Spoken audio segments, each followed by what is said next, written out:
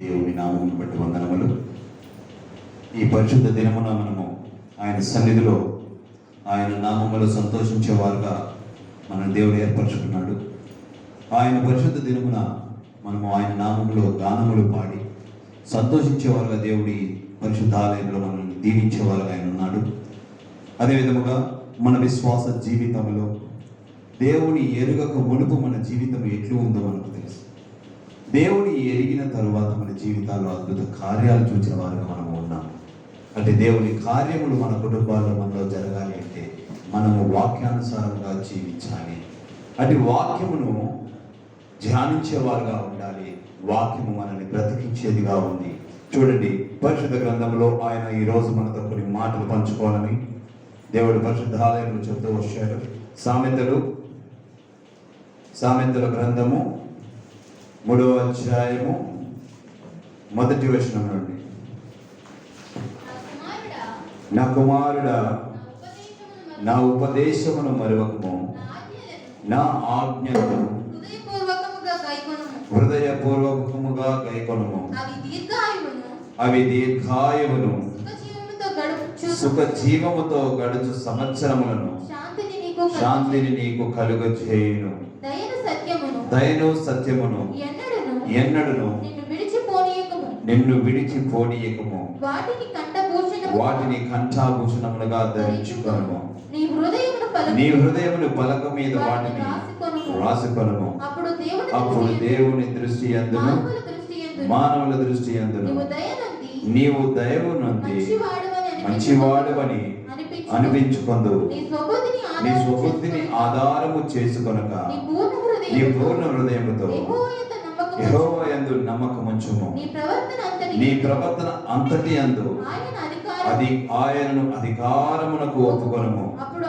అప్పుడు ఆయన నీ త్రోవలను సరళము చేయును. నేను జ్ఞానిని కదా అని నీవు అనుకోవద్దు.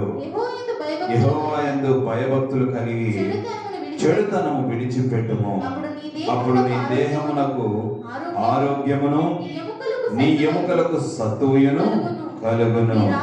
నీ రాబడి అంతటిలో ప్రథమ ఫలమును నీ ఆస్తిలో భాగమును ఇచ్చి యెహోవాను గణపరచుము.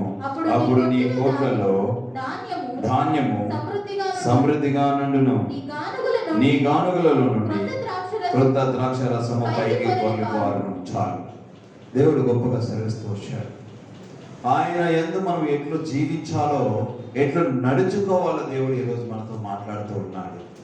చూడండి, ఆయన ఉపదేశము వినేవారుగా ఉంటున్నాము. కానీ అట్టి ఉపదేశమును మన హృదయ పలకపై రాచుకొని దాన్ని అనుసరిస్తూ ఉపదేశము అనుసరిస్తూ మనం జీవించేవారుగా ఉన్నామా? దేవుని విడిచిపెట్టేవారుగా ఉన్నప్పుడే మనలో కొన్ని బలహీనమైన కారణాలు వస్తూ ఉంటాయి. దేవుని కలిగి ఉన్న వారికి ఎలా ఉండాలో ఒకసారి చూడండి. మరొక మాట పరిశుద్ధ గ్రంథంలో చూడండి, సామెతల గ్రంథం 10వ అధ్యాయము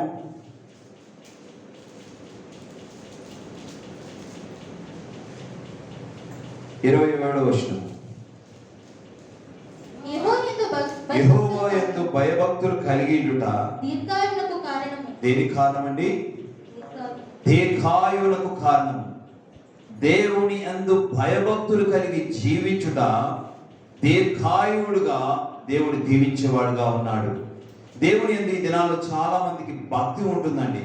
అది ఎటువంటి భక్తి అంటే, లోకానుసారము లోకస్తులు చూస్తున్నప్పుడు దేవుని కలిగిన వారముగా, దేవుని మాటకు లోబడి జీవించేవారుగా, దేవుడే మాకు అని నటించేవారుగా ఈ దినాల్లో చాలా మంది ఉంటూ ఉన్నారు. అటు భక్తి ఈ దినాల్లో ఎలా ఉందంటే, నిజమైన విశ్వాసి పరిశుద్ధ గ్రంథాన్ని పట్టుకుని బయటికి వెళ్ళాలంటే భయపడే స్థితిలో వస్తూ వచ్చింది. నేను ఒక చిన్న మాట చెప్తాను. నా చిన్న అనుభవంలో ఒకరోజు నేను ఒక ఆఫీస్కి వెళ్ళాను. అక్కడ అద్భుతంగా వాక్యం ఉంది. ఆ సహోదరుడికి నేను షేక్ హ్యాండ్ ఇచ్చాను. ఇచ్చి, బ్రదర్ మీరు చర్చికి వెళ్తారా? దేవుడు వాక్యం పెట్టారు, దేవుడు మీకు అంచెలంచెలుగా దేవుడు దీవిస్తూ ఉన్నాడు, అందుకే మీ వ్యాపారంలో మంచి బ్రాండ్ వచ్చింది మీ కంపెనీకి అని నేను విష్ చేసినప్పుడు, ఆయన పార్ట్నర్ అనగా ఆయనకి ఇంకొక వ్యక్తి భాగస్వామి ఉన్నప్పుడు ఆ భాగస్వామి రాగానే ఆయన వస్తున్నాడు అనగానే ఆ వెంటనే అతని గదిలో ఉన్న ఆ వాక్యమును దాచిపెట్టాడు. అతని గదిలో టేబుల్ మీద ఉన్న బైబిల్ని దాచిపెట్టాడు. ఎవరికి మనము ఈ లోకంలో మార్గంగా జీవిస్తూ ఉన్నాము? ఎవరి కొరకు మనము మార్గదర్శకులుగా ఉంటూ ఉన్నాము? ఎవరికి మాదిరిగా జీవిస్తూ ఉన్నాము? దేవుని ఎరిగిన హృదయం దేవునికి మాదిరిగా జీవించమని దేవుడు సెలవిస్తూ ఉన్నాడు. దేవునికి మాదిరిగా దేవుని వలె ప్రేమించే హృదయం కలిగిన వారుగా దేవుడు ఉండమని దేవుడు సెలవిస్తూ ఉన్నాడు. ఈ దినాల్లో నీవు దాచిపెట్టేది గొప్ప పరిశుద్ధ గ్రంథము, నీ హృదయంలో ఉండవలసిన దేవుని వాక్యము. దేవునిని దాచిపెట్టి జీవిస్తూ ఉన్నాము. చూడండి పరిశుద్ధ గ్రంథంలో మరొక మాట, ఇదే మాట చూడండి, యెహోవా యందు భయభక్తులు కలిగి ఉంట. దినాల్లో భయం కూడా దేవుని యందు లేదండి. దేవుని యందు మొదట కలగవలసింది భయం. భయం ఉన్న చోట దేవుడు ఉంటాడు. ఆయన నామమందు భయపడుతూ ఏది చేస్తే తప్పు. ఆ దినాన ఇశ్రాయేలు ప్రజలు దేవుని విడిచిపెట్టి ఇష్టానుసారమైన జీవితం జీవించారు కాబట్టి వారందరూ కూడా శపించబడిన వారుగా ఉన్నారు. దేవుడు ఈ లోకంలో సెలవిస్తూ ఉన్నాడు. నోవాహు గారిని పడవ తయారు చేసుకుని ఆయన నామ సువార్త చేస్తూ సమయంలో దేవుని మాటలు ఎవరు వినకుండా పెడచెవిన పెట్టి ఇష్టానుసారమైన జీవితం జీవించి ఆ దినాన ఏం జరిగిందంటే నోవాహు కుటుంబం తప్ప మరొకరు ఎవరు కూడా ఈ భూమి మీద లేరు. దేవుడు ప్రేమిస్తూనే ఉంటాడండి. ఆయన ప్రేమ శాశ్వతమైన ప్రేమ. అంటే ప్రేమను పొందేవారుగా మనం ఉండాలంటే మనలో కలగవలసింది ఏంటి? భయము. దేవుని యందు భయభక్తులు కలిగి జీవించేవారు ఎలా ఉంటారు? దీర్ఘాయువుగా ఉండేవారుగా దేవుడు దీవిస్తానన్నాడు. చూడండి మరొక మాట పరిశుద్ధ గ్రంథములో సామెతలు 3వ అధ్యాయము, సామెతల గ్రంథము 3వ అధ్యాయము 12వ వచనము. తండ్రి తనకు ఇష్టడైన కుమారుని గద్దించు రీతిగా యెహోవా తను ప్రేమించు వారిని గద్దించును. చాలండి. ఏం చేస్తాడండి దేవుడు?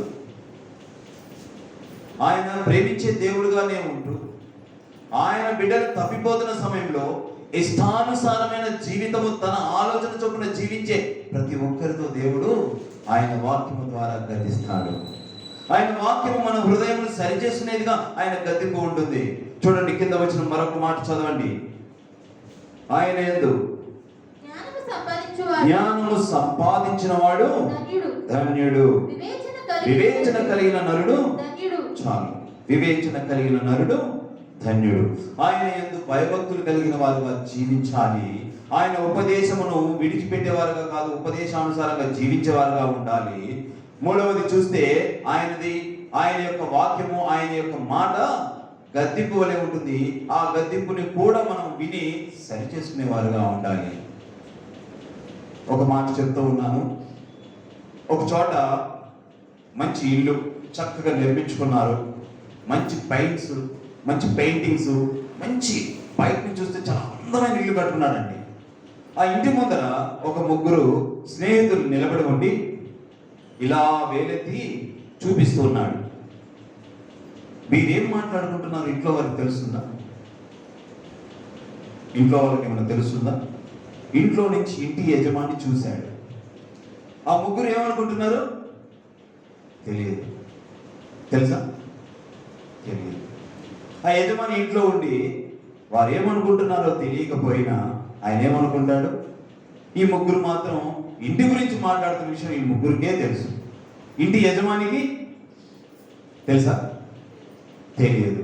కానీ ఇంటి యజమాని ఎలా ఉంటాడంటే, నా ఇంటి వైపు పేరు చూపించేంత వాడేవాడు. అసలు ఏదో మాట్లాడుకుంటారు నా గురించే, నా ఇంటి గురించి కాదు, నా గురించే, నా భార్య గురించే, నా బిడ్డల గురించే ఏదో మాట్లాడుతున్నాడు. ద్వేషం పెంచుకొని, కోపం పెంచుకొని బయటకు వచ్చి ఏం చేస్తున్నాడు అంటే ఆ ముగ్గురు వ్యక్తులతో గొడవ పడ్డాడు. కానీ జరిగినది ఏంటి? సుందరంగా ఉన్న నీ ఇంటి గురించి, ఆ కలర్ బాగుంది అని ఏళ్ళు చూపించుకొని మాట్లాడుతున్న వాళ్ళు ఇంటి యజమాని అపార్థం చేసుకుని గొడవ పడేవాడుగా ఉన్నాడు. మళ్ళీ ఆ ఇంటికి ఏముంటుంది అంటే, ఇది దేవుని గృహము, దీని యందు వచ్చేవారు వెళ్ళేవారు దీవించబడుదురు. వాక్యాలు.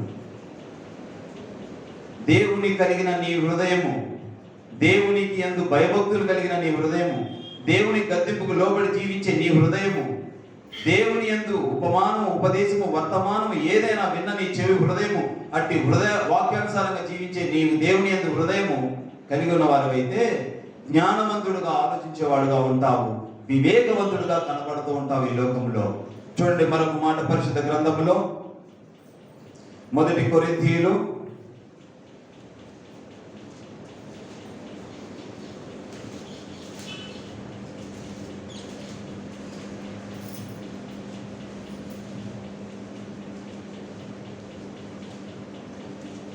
6వ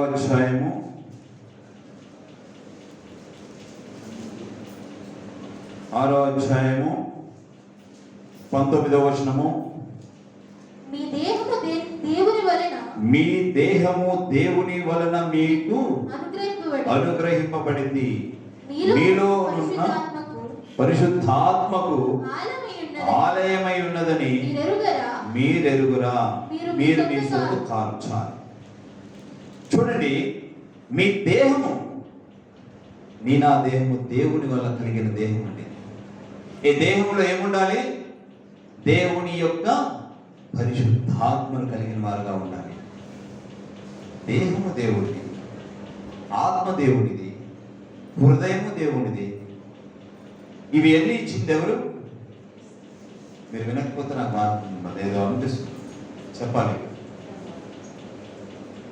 దేవుని వల్ల కలిగిన శరీరము, దేహము అనగా శరీరము, ఆత్మ, మనస్సు అంటే హృదయం, ఇవి ఎవరి వల్ల కలిగినవండి? అవి ఎవరికి ఇవ్వాలి? వాటికి యజమాని ఎవరు? అటు యజమాని అయిన దేవుడిని ఏ విధముగా మనం స్వీకరించేవారుగా ఉంటున్నాము అంటే, అది ఎలా ఉందంటే, ఈ దినాల్లో ఒక ఇంట్లో ఒక అమ్మ చక్కగా చుట్టాలు వస్తున్నారని శుభ్రపరుచుకుంటూ ఉందట. అందంగా తయారు చేస్తుంది, ఇంట్లో చక్కగా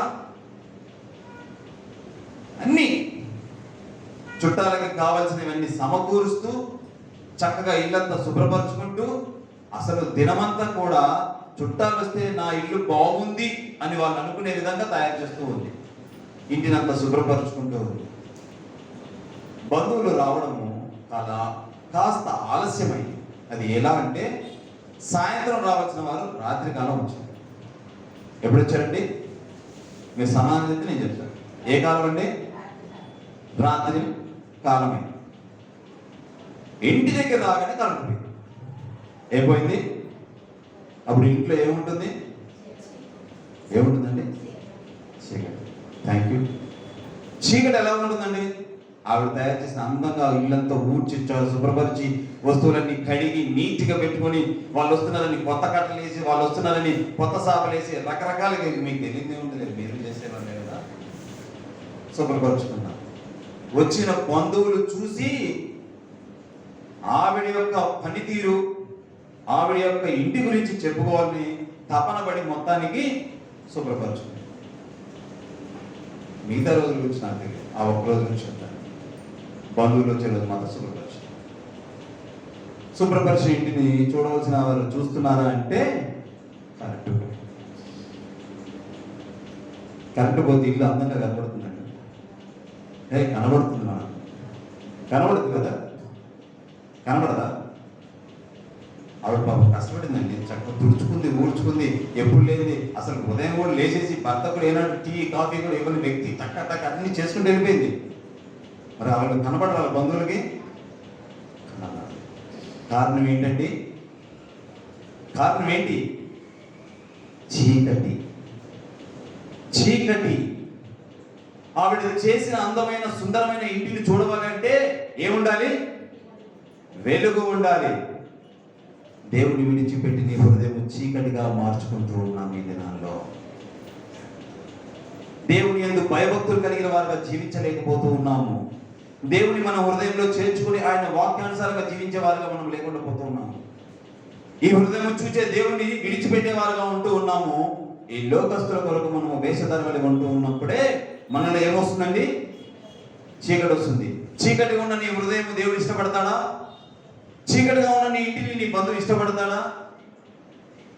ఏముంటే ఆనందిస్తారండి నీ బంధువులు? ఆ వెలుగు ఎవరిస్తారు? దేవుడు ఎక్కడ ఉండాలి? మన హృదయంలో. ఆయన పరిశుద్ధాత్మ మన హృదయంలో కలిగి ఉన్నప్పుడు మనము వెలుగువై ఉంటాము. అటు వెలుగు ఎవరికి ఉంటుంది? దేవుని కలిగిన బిడ్డకు ఉంటుంది. దేవుని కలిగిన బిడ్డలకు వెలుగు కలిగినప్పుడు ఆ వెలుగు ఎంతో మందికి వెలుగును కలిగించేదిగా ఉంటుంది. చీకటికి చూపించగలుగుతుందా? చీకటి ఇంకో చీకటిని చూపించగలుగుతుందా? వెలుగు ఏం చేస్తుందండి? వెలుగు ఎంతో మందికి వెలుగు చూపిస్తుంది. ఆ వెలుగులో నిలబడి నువ్వు వెలుగు చూపించే వారుగా దేవుడు ఏర్పరచుకున్నాడు ఈ లోకంలో. ఈ దేహము, ఈ దేహము, ఈ ఆత్మ ఆయన ఏర్పరిచినది, ఆయన ఇచ్చినది. ఈ హృదయము ఆయనది. హృదయంలో ఆయనకు తప్ప మరొకటి ఏది కూడా ఉండకూడదు. ఉంటే ఎలా ఉంటుంది? ఆ ఇంటి చీకటి వల్ల నీ హృదయం కూడా చీకటిగా ఉంటుంది. వెలుగు కలిగిన వారుగా మనం జీవించాలంటే ఆయన పరిశుద్ధాత్మని నా హృదయంలో కలిగిన వారుగా ఉండాలి. చూడండి పరిశుద్ధ గ్రంథంలో మరొక మాట,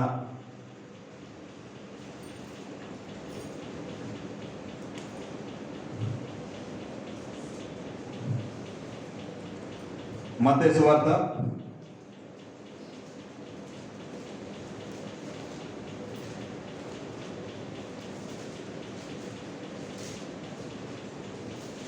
6వ అధ్యాయము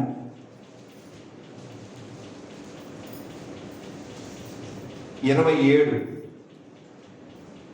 నుండి కొన్ని వచనాలు చదువుకుందాం. 27 6వ అధ్యాయము. మీలోనెవడు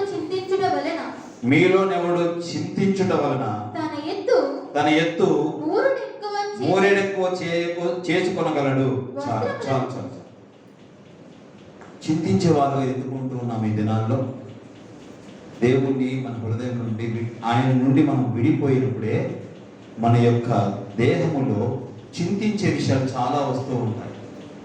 ఇక్కడ చింతించే విషయాలు, చింతింపబడిన విషయాలు, చింతిస్తున్న వారి విషయాలు అన్ని ఎరిగిన వారమే, అన్ని అనుభవాలతో ఉన్నామా లేదా?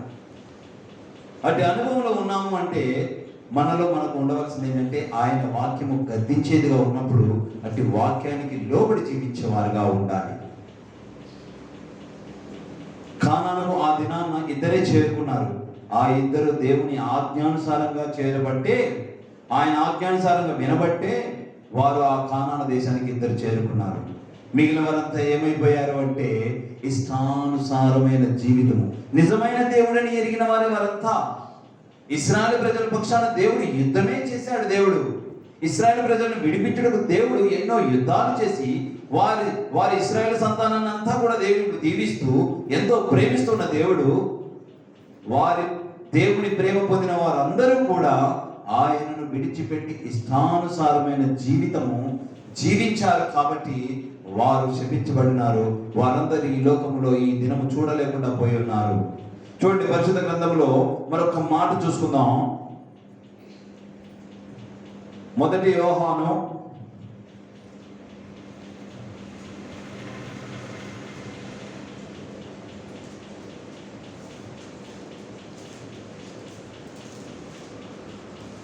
1 యోహాను పత్రిక 4వ అధ్యాయము 16వ వచనం. మన ఎడల దేవునికి ఉన్న ప్రేమను మనం ఎరిగిన వారమై దానిని నమ్ముకొని ఉన్నాం. దేనిని నమ్ముకొని ఉన్నామండి? దేనిని నమ్ముకొని ఉన్నాం? దేవుని ప్రేమను నమ్ముకున్న వారుగా ఉన్నాము. ఆయన ప్రేమ ఎలా ఉండదో చూడ మరొకసారి కన్సిడర్ చేయండి. దేవుడు ప్రేమ స్వరూపి అయి ఉన్నాడు. ప్రేమయందు నిలిచియుండువాడు దేవుని యందు నిలిచియున్నాడు. దేవుడు వాని యందు నిలిచియున్నాడు. చూడండి చక్కటి మాట, ఎంత చక్కటి మాట దేవుడు ఇది మనతో మాట్లాడుతూ ఉన్నాడు. ఆయన ప్రేమ ఎలా అంటే ఆయన ప్రేమ శాశ్వతమైన ప్రేమ. అంటే ప్రేమను పొందిన వారంగా మనం ఎలా ఉన్నాము? ఎరిగిన వారుగా ఉన్నాము. ఆయన ప్రేమను ఇక్కడ ఉన్న వారందరూ ఎరిగిన వారు కాబట్టి ఈ దినమున మనము మన కుటుంబ సభ్యులతో సంతోషముగా ఆయన సన్నిధిలో మనం సంతోషించేవారుగా, సజీవులుగా, ఆరోగ్యవంతులుగా మనం ఈ సంఘములో ఆయన సన్నిధిలో కూడి ఉన్నాము. ఆయన ప్రేమ నమ్మిన వారుగా మనం ఉన్నాము. నమ్మిన వారు ఏమంటున్నాడు దేవుడు చూడండి, ఆయన ప్రేమ స్వరూపువై ఉన్నాడు. దేవుని ప్రేమ యందు నిలిచి ఉండువాడు దేవుని యందు నిలిచి ఉన్నాడు. చూడండి మరొకసారి చూడండి అదే వాక్యము, ప్రేమ యందు నిలిచి ఉండువాడు దేవుని యందు. దేవుని ప్రేమ పొందినవారు మనము కూడా ప్రేమించేవారుగా ఉండాలి. దేవుడు మన యందు నిలిచి ఉండేవాడుగా దేవుడు సెలవిస్తూ ఉన్నాడు. దేవునికి మాదిరిగా జీవించేవారుగా ఉండాలి. దేవుని ప్రేమను పంచేవారుగా ఉండాలి. నేను చిన్న వయసు అనుకుంటా, లేదనుకుంటే నేను ఎక్కడో విన్నానో చూశానో జ్ఞాపకం లేదు, కానీ ఒక మాట చెప్తాను. ఆ మాట ఏంటంటే, దేవుని కలిగిన ఒక కుటుంబం ఒకరోజు ఒక పంచాయతీ అయితే అక్కడ ఆ పెద్దలు, ఆ గ్రామంలో ఉన్న పెద్దలు కూర్చొని ఉన్నప్పుడు ఒక కుటుంబం మీద నింద వేశారు. నింద వేసినప్పుడు నిజముగా ఇది నమ్మవలసిన విషయం ఏంటి అంటే, ఆ కుటుంబము దేవుని కలిగిన కుటుంబం. ఎవరిని కలిగిన కుటుంబం అండి? దేవుని కలిగిన కుటుంబం. అవతల వ్యక్తి, ఈ కుటుంబంపై నింద వేసిన వ్యక్తి ఏమంటున్నాడంటే, ఇతను మమ్మల్ని దుర్భాషలాడాడు, ఇతను మమ్మల్ని ఏమంటే బూతులు మాట్లాడాడు, ఇతను మమ్మల్ని లెక్కలేని తనతో మాట్లాడాడు అని ఒక తప్పుడు నింద వేసినప్పుడు ఆ గ్రామంలో ఉన్నవారు ఏమని చెప్పారు అంటే, ఏమని చెప్పుంటారు మీరు ఊహించండి. అంటే గొడవ, అది ఎలా చెప్పాలో ఐ డోంట్ నో. గొడవ జరిగింది. ఒక కుటుంబంపై ఇంకో కుటుంబం నిందేసింది. కుటుంబం నింద మోస్తున్నది ఎవరైతే ఉన్నారో వారు దేవుని కలిగిన వారు. వారు దేవుని కలిగిన కుటుంబం, దేవుని ఆజ్ఞానుసారంగా జీవిస్తున్న కుటుంబం. అంటే కుటుంబంపై నింద వేస్తూ వచ్చింది ఒక కుటుంబం. వారు గొడవలు ఆడుతున్నప్పుడు, ఊరు పెద్దలో లేకపోతే పెద్ద మనుషులో కూర్చున్నప్పుడు మాట్లాడుతున్న సమయంలో వారు చెప్పింది విన్న తర్వాత ఈ కుటుంబంపై సాక్ష్యం చెప్పారు ఆ ఊరి ప్రజలంతా. ఎటువంటి సాక్ష్యం అంటే, అయ్యా మేము చూస్తుండగా, ఎన్ని సంవత్సరముల నుండి మేము చూస్తుండగా ఈ కుటుంబం ఏనాడు గొడవలకు రాలేదు. మేము చూస్తుండగా ఈ కుటుంబం ఏనాడు కూడా మాట్లాడింది లేదు. దేవుని బిడ్డలు వాళ్ళు ఎంతో ప్రేమించగలిగిన హృదయం కలిగిన వారు, వారి ప్రేమ మేము చూచాము అని ఒక ఊరు సాక్ష్యంగా చెప్పుకునే స్థితిలో దేవుడు నిలబెట్టాడు. అటు నీ నా విశ్వాసంలో ఉంటూ ఉన్నాము. అందుకే చూడండి మరొక మాట, 3వ అధ్యాయము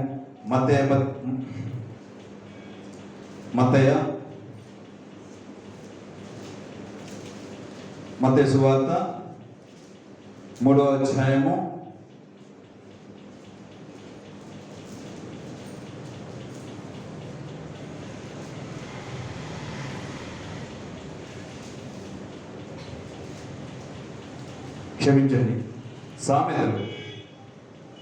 'సామెతల గ్రంథము 3వ అధ్యాయము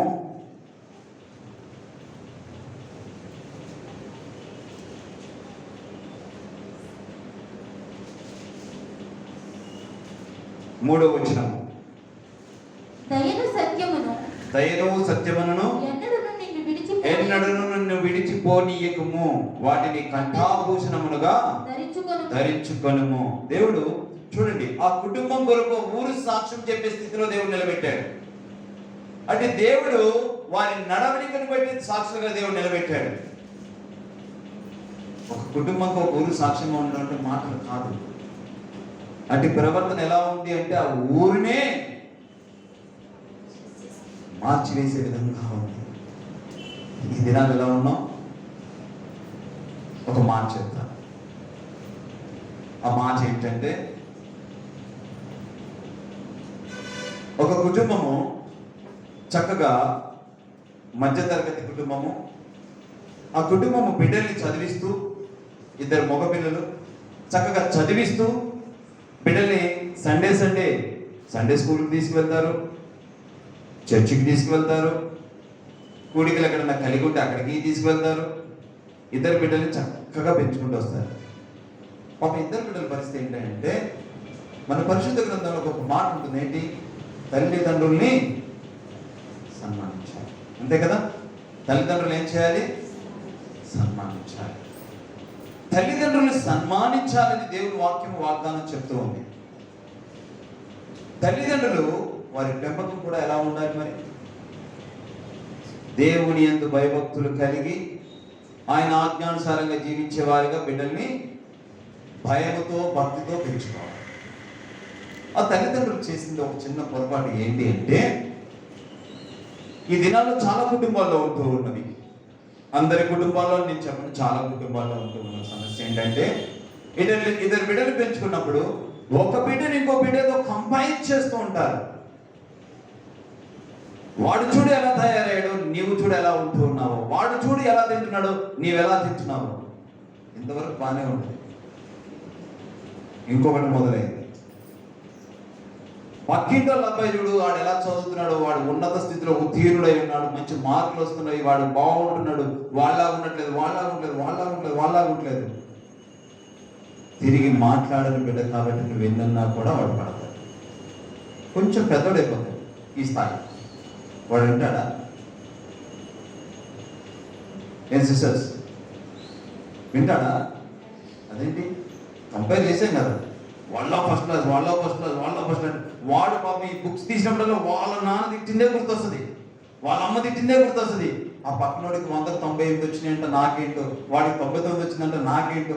ఇదే ఉంటుంది తప్ప దీని మీద జాస్ ఉంటుందా? కంపేర్. అలా చేస్తున్న ఆ కుటుంబం చేసిన ఆ పొరపాటు ఏంటి అంటే, బిడ్డలు పెద్దోళ్ళు అయిపోయారు. తల్లిదండ్రులు ఏమవుతారు మరి? ఏమవుతారు బాబోయ్ చెప్పరా? పొడుచోళ్ళు అవుతారా? యంగ్స్టర్స్ అయ్యేది ముసలు. ఇప్పుడు ముసలోళ్ళు మనం ఏమంటాం? వాళ్ళ సంఘాలకు వచ్చి చెప్తారు, మా బిడ్డలు మమ్మల్ని సరిగ్గా చూడట్లేదు అనుకునే. అరే మీరు దేవుని నమ్ముకుని బిడ్డలేనా?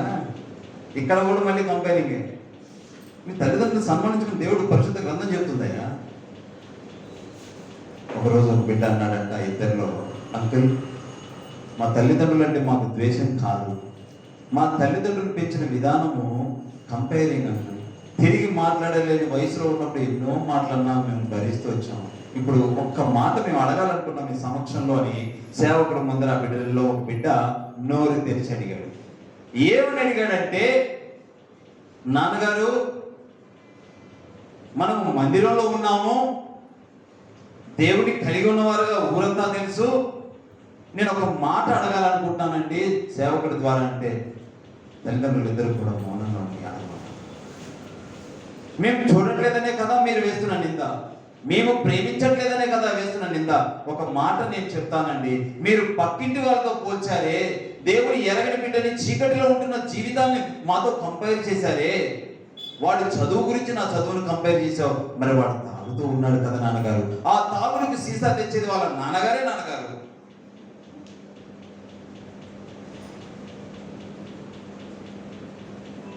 ఆ బిడ్డ మాట్లాడగానే ఆ నూనెలు పెట్టేశారు. మీరు చెబుతున్న పక్కనున్న ఆ బిడ్డ గురించి మీరు మమ్మల్ని ఎప్పుడూ కంపేర్ చేస్తున్నారే, మరి మేము మందిరాల్లో మీ మాటకి మేము విలువించి వయసులో చిన్నవారమైన మేము చర్చికి వచ్చాము, మందిరంలో ఎలా నడుచుకోవాలో పరిశుద్ధ గ్రంథం నేర్పింది, కానీ మా హృదయంలో మీరు నేర్పింది ఏమిటి అంటే పక్కింటోడుతోనో ఎదిరింటోడుతోనో. మరి ఆ బిడ్డ తాగుతుంటే ఎంకరేజ్ చేసిన తల్లిదండ్రులు, మరి మీరు మా తప్పులు కూడా ఎంకరేజ్ చేస్తారా? మరి ఇది ఎంకరేజ్ చేయండి, మిమ్మల్ని చూడట్లేదు, మీరు తల్లిదండ్రులు సన్మానించమని మరి దేవుని వాగ్దానం మరలా మాకు చూపిస్తున్నారే, మరి మీరు చేస్తున్నది ఏంటని ఆ దైవ సేవకుల సమక్షంలో అడగగానే ఆ తల్లిదండ్రులు ఏమనుకున్నారంటే మౌనముగా ఉండిపోయారు. నిజమే, ఆ బిడ్డ అడిగిందే కాదు, ఈ దినాల్లో చాలా మందిని చూస్తున్నానండి, రియల్. నేను కూడా నా ఇంట్లో నా బిడ్డతో అలాగే కంపేర్ చేస్తూ మాట్లాడుతుంటాను. దేవుడు నాతో మాట్లాడినప్పుడు అది తప్పే.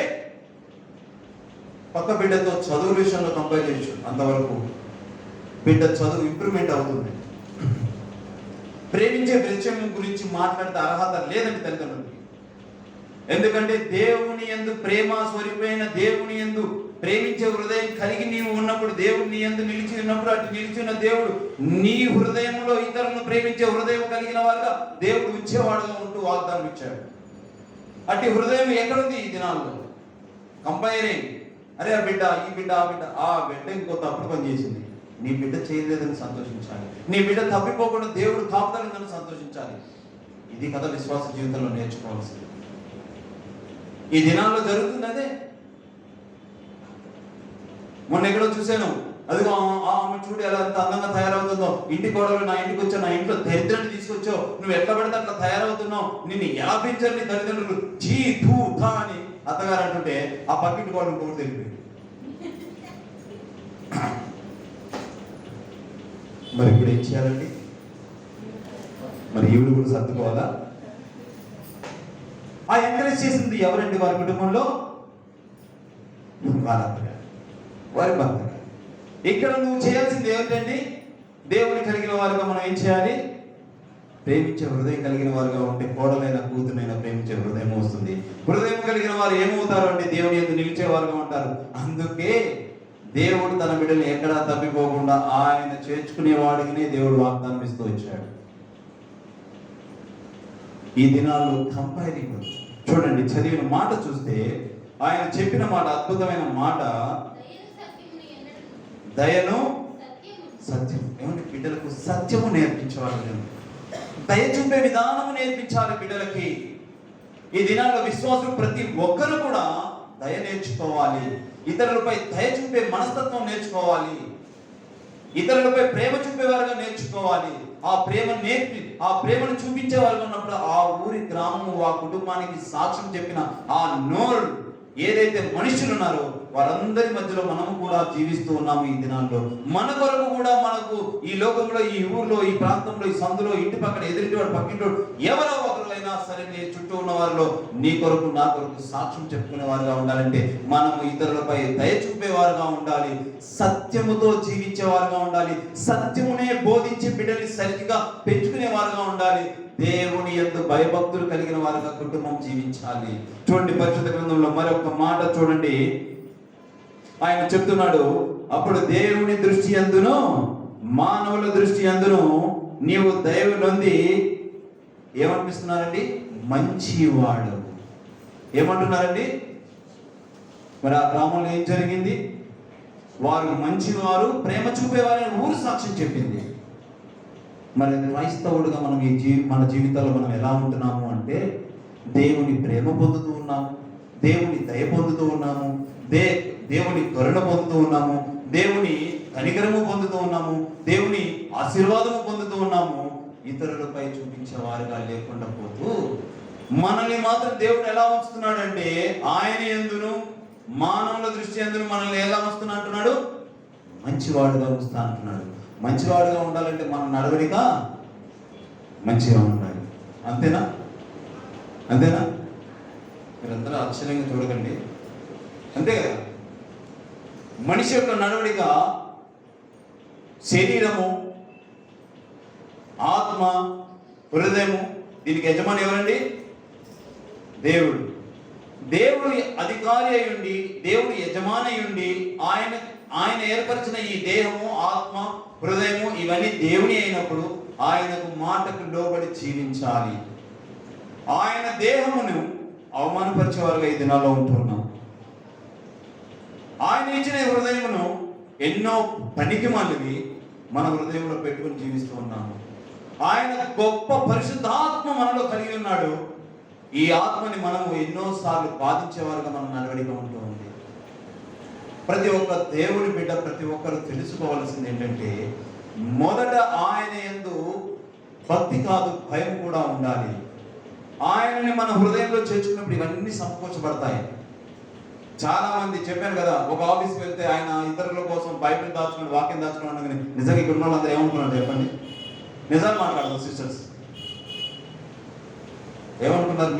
నేనైతే అస్సలు బైబిల్ దాచిపెట్టను, ఎప్పుడు వచ్చినా సరే వాక్యం కూడా దాచిపెట్టినా, నా పార్ట్నర్షిప్ ఉన్నా లేకపోయినా పర్లా, నేను మాత్రం దేవుని విడిచిపెట్టనని అనుకుని ఉంటాం కదా. ఒక చిన్న అనుభవం చెప్పు. ఒక కుటుంబము దేవుని నమ్ముకుని ఇంటి దగ్గర మందిరానికి మొదలు పెడితే ఇదేంటిదండి? బైబిల్, పరిశుద్ధ గ్రంథం, అంతే కదా. ఇది ఎవరైనా చూస్తారని చెప్పి బ్యాగులు దాచుకునే వాళ్ళు వచ్చేవాళ్ళు గోల్డ్ మంది నాకు తినాలి.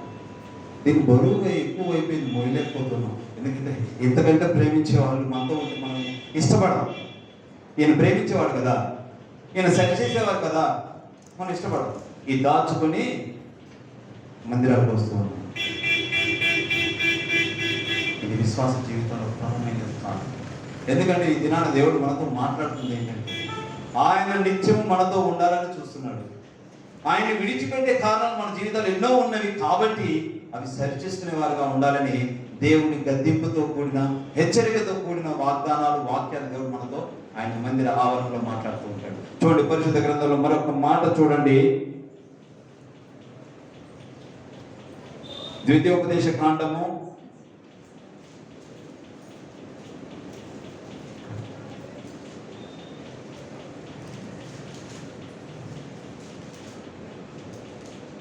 20వ అధ్యాయము 4వ వచనము. భయపడకుడి, వనకుడి వణకుకుడి, వనకుడి, వారి ముఖము చూచి బెదరకుడి, వారి ముఖమును చూచి బెదరకుడి. బెదరకుడి. మీ కొరకు మీ శత్రువులతో యుద్ధము చేసి మిమ్మల్ని యుద్ధము చేసి మిమ్మల్ని రక్షించువాడు మీ దేవుడని యెహోవాయే. మిమ్మల్ని రక్షించువాడు ఎవరండి? మన జీవితంలో మనం ఏం చేస్తూ ఉంటాం అంటే పోరాడుతూ ఉంటాం. దేనికి పోరాడుతాం అండి? నిజాలు మాట్లాడుతుంటాం. దేనికి పోరాడుతాం ఈ లోకంలో? మీరు సమాధానం చెప్పరు. వాళ్ళకెళ్ళి విశ్వాసం చాలా మంచి వాళ్ళు. సమాధానం చెప్తే ఓ అనిపిస్తుంది. ఏమనిపిస్తుంది? ఓ అనిపిస్తుంది. సమాధానం చెప్పాలని ఆశిస్తున్నాను. ఏమొస్తుందండి? మనము దినము లేచిన దగ్గర నుండి ఎవరి కోసం యుద్ధం చేస్తాం?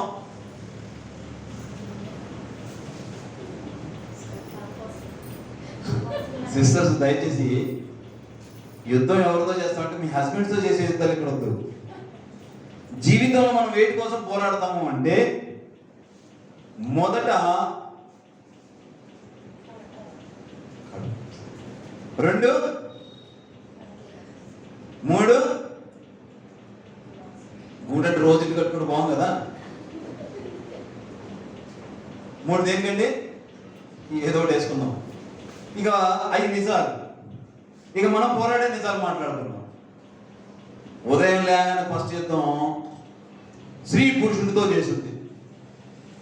ఇద్దేలేదు, ఇచ్చేయలేదు, రాత్రి ఇప్పుడు వచ్చో ఇటు వచ్చో అటు చేసావు ఇటు చేసావు, ఏది మీ అక్క ఇట్టుంది, మీ అమ్మ ఇట్టుంది, మీ తాత ఇట్టన్నాడు, మీ అమ్మ ఇట్టుంది, ఇదైతే మా ఇళ్ళలో అయితే ఇట్టలేదు అక్కలేదు, మీ పెద్ద దాటాన్ని రాసి పెట్టడం అది ఇదని సనుగుతా ఉంటే పాపం వాడు 2 ఇడ్లీ పెట్టి తినే వెళ్ళిపోయేంత వరకు పడుతూ ఉంటారు కొన్ని కుటుంబాలు.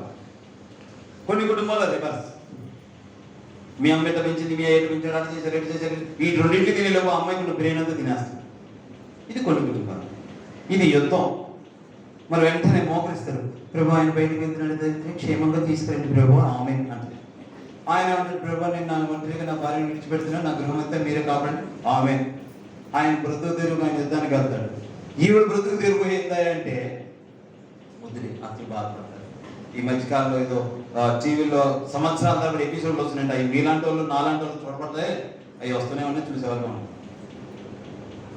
యుద్ధం ఏంటి అంటే దాని సాయంత్రం మరలా బిడ్డలు కుటుంబం రాగానే మరొక యుద్ధం ఏంటంటే ఈ యుద్ధమే కదా. 6 దినాలు యుద్ధాలు చేసి చేసి చేసి 7వ దినం ఏం గుర్తొస్తుంది? 7వ దినాన్ని ఎక్కడికి వస్తాం?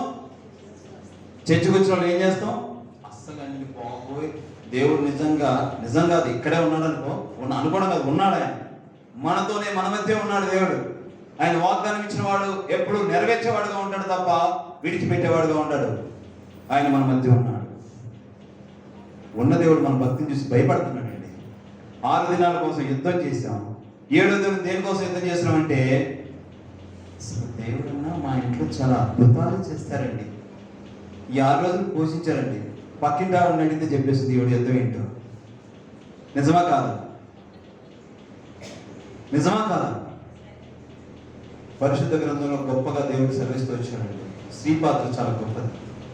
పురుషుని పాత్ర కూడా చాలా గొప్పదిగా దేవుడు నిలబెడుతూ వచ్చాడు. ఏమంటే ఒకరికొకరు వారిద్దరూ సమాధానపడి ఏకీభవించి వారిద్దరూ కూడి మొదట దేవుని యందు భయభక్తులు కలిగి ప్రార్థనా జీవితం కలిగిన వారు వారి యొక్క నడవడికతో బిడ్డలను సరైన మార్గంలో పెంచుకొని దేవుని మార్గం తప్ప వేరొక మార్గం ఎరగని బిడ్డలుగా ఎప్పుడైతే పెంచుకోగలుగుతారో, ఎప్పుడైతే దేవుని ఆజ్ఞానుసారంగా జీవిస్తారో, ఈ లోకంలో యుద్ధం మీరు కాదండి. ఎవరు చేస్తా అంటున్నాడు? దేవుడు చేస్తా అంటున్నాడు. ఆకాశంలో పక్షులు పోషించేవాడు దేవుడే. పక్షి ఏమన్నా మనలాగా డాబాలు పెట్టుకోవాలని డిసైడ్ అయితే పాపం పక్కింట్లో ఉన్న యాత్రలతో సహా ఎత్తుకొచ్చేసి అంటే ఇప్పుడు ఎత్తుకొస్తుందండి, రేపటి కోసం అది ఆలోచించు. అవునా? మళ్ళీ ఒక బ్రదర్ అన్నాడు ఒక మాట, బ్రదర్ ఎందుకు బ్రదర్ ఎంత ప్రయాసం, రేపు మంది కాదు బ్రదర్, ఈ ఇల్లు మనతో రాదు, ఈ పొలం మనతో రాదు. సూపర్ చెప్పాడు ఆ బ్రదర్ నాతో. ఇది ఒక 7 సంవత్సరాల కింద. నిజమే కదా. యాత్రా జీవితంలోకి వచ్చాం, దేవుని యందు కలిగి ఉంటే చాలు అనుకున్నాం. ఈరోజు అన్ని సమకూర్చేసరికి మళ్ళా దేవుని విడిచిపెట్టాం.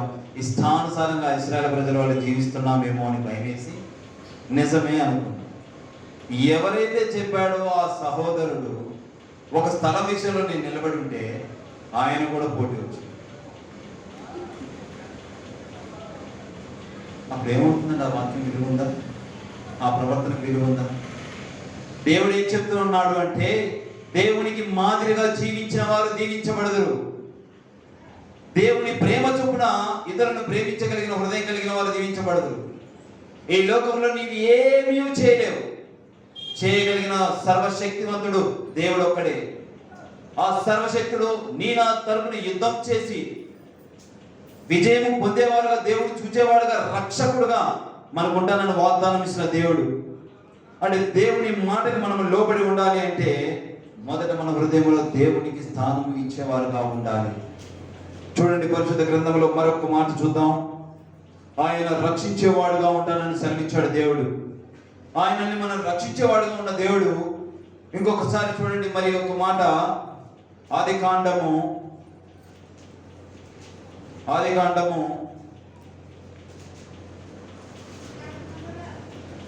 26వ అధ్యాయము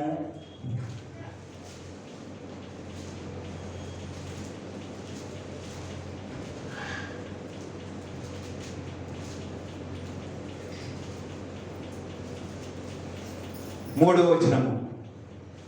ఈ దేశమందు పరవాసినై ఉండుము, నేను నీకు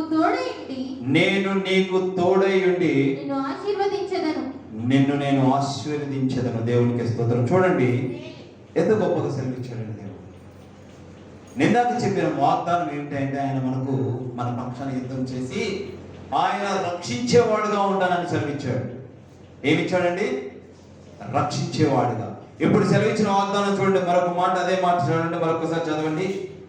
ఈ దేశమందు పరవాసిగా ఉండుము, నేను నీకు తోడై ఉండి. ఆయన మనకి ఏమై ఉంటానన్నాడండి? ఏమై ఉంటాన్నాడు? నిందాకేమో రక్షించేవాడుగా ఉంటాన్నాడు, ఇప్పుడు ఏమై ఉంటానన్నాడు? పాలకు తోడేస్తే పెరుగు. దేవుడు మన తోడై ఉంటే మనం బలవంతులము, శక్తివంతులు. ఆయన మ్యాజిక్స్ చూసిన వాళ్ళం అండి. మనం మ్యాజిక్స్ మీనింగ్ ఏంటంటే ఆయన ఆశీర్వాదాలు పొందినవారు. ఆయన ఆశీర్వాదాలు పొందినవారు మనం. ఆయన నామంలో చెప్పండి, నిజం చెప్పండి బ్రదర్స్ అండ్ సిస్టర్స్, చెప్పిన వారందరినీ అడుగుతున్నాను, ఆయన మన యందు ఎన్నో గొప్ప కార్యాలు చేసేవాడుగా ఉన్నాడా లేదా? అందరూ చెప్పండి, ఉన్నాడా లేదా? నేను రోగాన పడినప్పుడు స్వస్థత దయచేసింది ఎవరు? నిన్ను నన్ను అవమానించిన పరిస్థితులు ఎన్నో ఉన్నవి. అట్టి పరిస్థితుల నుంచి తప్పించిన వాడు ఎవరు? దేవుడు. ఈ లోకంలో మనల్ని ఎవ్వరు, ఎందుకంటే చెప్తామండి, ఈ లోకంలో ఎవ్వరు ప్రేమించరు, దేవుడే ప్రేమిస్తాడు. దేవుడిదే సత్యమైన ప్రేమ.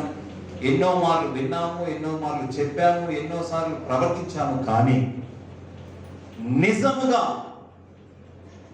మనం స్టాండ్ అయి ఉన్నాము ఆ వర్డ్కి, అంటే ఆ మాటకి మనం స్టాండ్ అయి ఉన్నాము.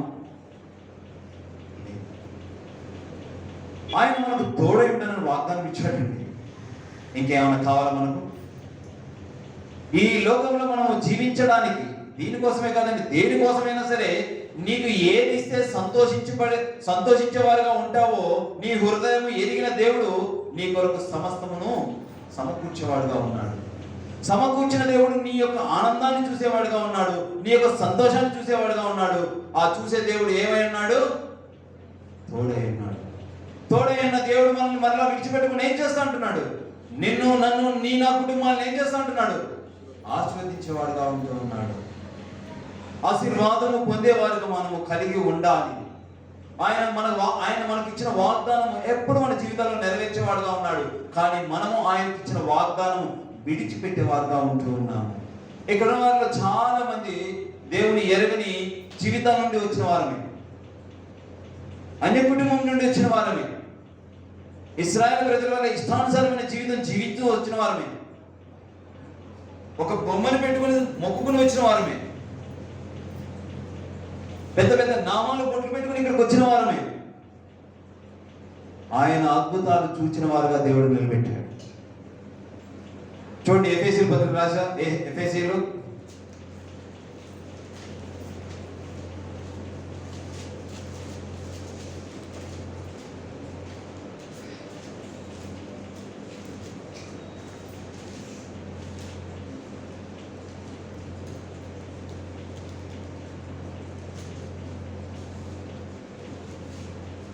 6వ అధ్యాయము 23వ వచనం.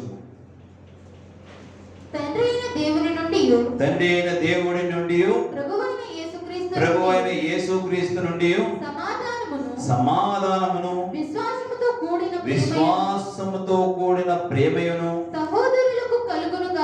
సహోదరులకు కలుగును గాక. మన ప్రభువైన యేసుక్రీస్తును శాశ్వతమైన ప్రేమతో ప్రేమించు వారందరికీ ఏం కలుగుతుందండి? నిదాకేమని సెలవిస్తూ వచ్చాడు? ఆయన మన తరపున యుద్ధం చేసి విజయం పొందేవారుగా మన దేవుడు రక్షించేవాడుగా దేవుడు సెలవిస్తూ వచ్చాడు. రెండవదిగా ఏమని చెప్తూ వచ్చాడండి? తోడై ఉంటానని దేవుడు సెలవిస్తూ వచ్చాడు. తోడైన దేవుడు మరలా మనకి ఏమిస్తా అన్నాడు? ఆశీర్వాదాలు ఇచ్చేవాడుగా ఉన్నాడు. నాలుగవదిగా ఏమిస్తా అంటున్నాడు? కృప కలుగును గాక. అంటే మన జీవితాల్లో మనము కృప పొందేవారుగా ఉన్నాము. ఆయన సన్నిధిలో, ఆయన దగ్గర నుండి మనము ఏం పొందుతున్నాము? కృప పొందుతున్న వారుగా ఉన్నాము. కృప పొందాలంటే ఏం చేయమంటున్నాడు దేవుడు? చూడండి, మరి మన ప్రభు అయిన యేసుక్రీస్తును శాశ్వతమైన ప్రేమతో ప్రేమించు వారందరికీ. ఎటువంటి ప్రేమ అండి? శాశ్వతమైన ప్రేమించిన ప్రతి ఒక్కరికి కృప కలుగుతుందని దేవుడు సెలవిస్తూ వచ్చాడు. ఎంత చెప్పాను కదా, అన్య కుటుంబంలో నుంచి వచ్చిన మనం ఏర్పరచుకున్న విగ్రహాలకు పూజలు చేసుకుని వచ్చిన దేవుడు ఏర్పరచుకుని ఆయన ప్రేమ పొందుతూనే ఉన్న మనము ఎలా ఉండమంటున్నాడంటే దేవుడు? శాశ్వతమైన ప్రేమ, ఆయనను ప్రేమించే వారికి మనం ఉండాలి. ఎలా ఉండాలి? శాశ్వతమైన ప్రేమ. ఎవరిని ప్రేమించాలండి? దేవుణ్ణి ప్రేమించాలి. దేవుణ్ణి ప్రేమిస్తే ఏమిస్తా అంటున్నాడు? కృప చూపేవాడుగా ఉంటా అంటున్నాడు దేవుడు. ఆయన ప్రేమించేవారుగా ఉండాలి మనం, ఆయన ఎరిగిన వారు. ఎందుకంటే మనం ఈ లోకంలోకి వచ్చినప్పుడు, ఈ లోకంలో మనము జీవించిన జీవితము ఆయనని ఎరిగిన జీవితంతో జీవించడం మొదలుపెట్టి, ఆయన ఒకానొక దినమున మనల్ని ఏర్పరచుకున్నాడు దేవుడు. ఆ ఏర్పరచుకున్న దగ్గర నుండి దేవుడు ఈ నిమిషం వరకు, ఈ సెకండ్ వరకు నిన్ను నన్ను ప్రేమిస్తున్న దేవుడు. ఆయన ప్రేమను పొందుతున్న వారుగా మనం ఉన్నాము తప్ప ఆయనను ప్రేమించేవారుగా. ఆ సహోదరుడు బైబిల్ వాక్యం దాయడానికి కారణం ఏంటంటే ఆయన దేవుణ్ణి ప్రేమించున్నాడు. మరి నేను ఆయన్ని ప్రేమించేవారుగా ఉంటున్నామా అంటే అది సరి చేసుకునే అవకాశం దేవుడు ఇచ్చాడు. సరి చేసుకోవాలి. ఆయన మనకి ఇన్ని వాగ్దానాలు ఇచ్చాడు. ఇంతకు మించి మనం ఈ లోకంలో ఏమైనా యుద్ధం చేస్తామా?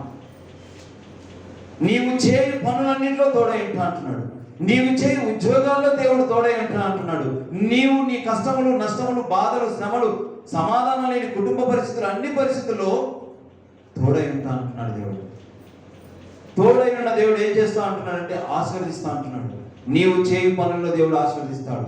నీవు చేయు ఉద్యోగంలో దేవుడు ఆశీర్వదిస్తాడు. నీవు కుటుంబ బాధ్యత కలిగిన స్త్రీగా నీ పాత్ర ఉన్నప్పుడు దేవుడు నిన్ను దీవించేవాడుగా ఉన్నాడు, ఆశీర్వదించేవాడుగా ఉన్నాడు. పురుషుడిగా నీ కుటుంబం కొరకు ప్రయాసపడి నువ్వు కష్టపడి నీ కుటుంబాన్ని పోషించడం, నువ్వు వెళ్ళిన పని, నీ ఉద్యోగాన్ని దేవుడు దీవించి నిన్ను ఆశీర్వదించాలని దేవుడు వాగ్దానం ఇస్తూ వచ్చాడు. ఆయనను మనము చేర్చుకున్నప్పుడు ఆయన మనల్ని చేర్చుకునేవాడుగా ఉన్నాడు. ఆయన ప్రేమ, మనము శాశ్వతమైన ప్రేమ మనము పొందాలంటే మనము ఆయనను మనము నిత్యము ప్రేమించేవారుగా ఉండాలి. చూడండి, మనకు మాట చూడండి, పరిశుద్ధ గ్రంథంలో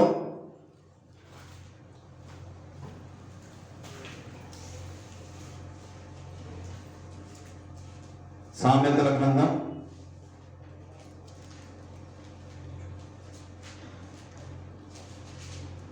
3వ అధ్యాయము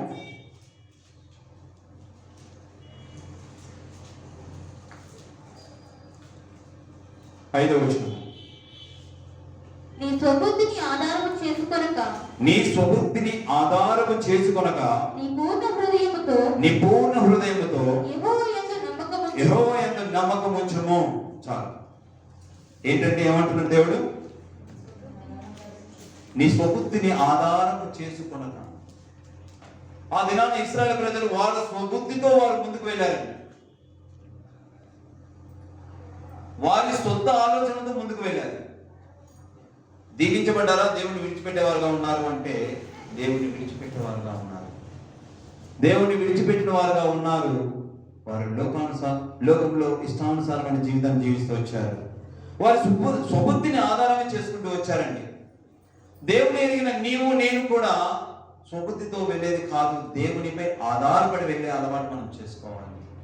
దేవునిపై ఆధారపడి దేవుని ఆజ్ఞానుసారంగా వెళ్ళే వారికి మనం నేర్చుకోవాలి. ఇందాక నా బావమరిది గారు ఒక మాట చెప్పారు. ఏం మాట అంటే, మా యొక్క బంధువుకి బాగోలేదు, ఆమెకి స్వస్థత జరిగితే భర్త మాట్లాడు. ఇది తప్పు కాదండి. వర్డ్ ఏంటంటే, వాళ్ళు దేవుని ఎరగని బిడ్డలు కాబట్టి ఆ మాట అంటారు.